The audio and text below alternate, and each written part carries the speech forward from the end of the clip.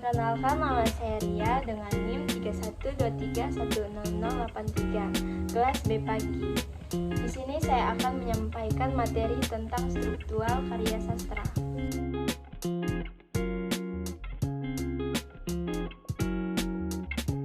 Setiap karya sastra, termasuk puisi, adalah struktur. Struktur terbuat memiliki sistem unsur. Semua unsur yang ada di dalam puisi saling memiliki hubungan timbal balik. Semua unsur tersebut tidak dapat berdiri sendiri karena saling berkaitan dengan satu sama lain. Jika satu unsur hilang, maka tidak akan tercipta karya sastra, yaitu puisi. Dalam pengertian struktur ini terlihat adanya rangkaian kesatuan yang meliputi 3 ide dasar, yaitu ide kesatuan, transformasi, dan pengaturan diri. Pembahasan 1. Pendekatan struktural merupakan pendekatan yang terpenting sebab pendekatan apapun yang dilakukan pada dasarnya bertumpu atas karya sastra. Apa sih unsur intrinsik itu? Dan apa saja yang terkandung dalam unsur intrinsik karya sastra? Untuk mengetahui jawabannya, yuk simak penjelasan berikut.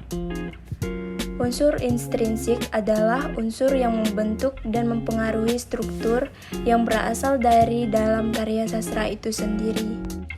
Unsur intrinsik dalam karya sastra antara lain alur, tema, latar, gaya, bahasa, tokoh, dan penokohan, sudut pandang, dan serta amanat.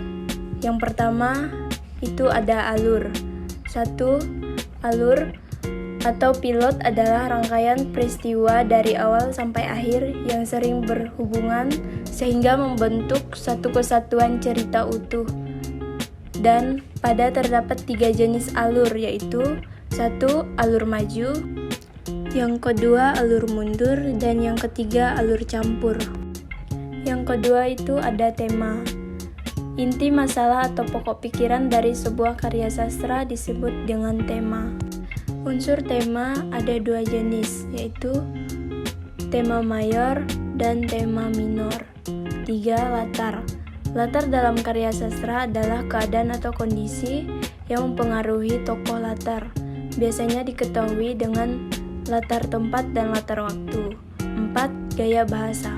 Gaya bahasa atau gaya penulisan dalam karya sastra dapat disebut sebagai ciri khas dari seorang penulis. 5. Tokoh dan penokohan. Tokoh adalah karakter yang diciptakan oleh penulis dalam karya sastra. Unsur tokoh terbagi menjadi 4 macam. Tokoh protagonis, tokoh antagonis, tokoh tritagonis, dan tokoh virguan. Sudut pandang dalam sebuah karya sastra. Sudut pandang merupakan posisi atau kedudukan seorang dalam menceritakan sebuah kisah.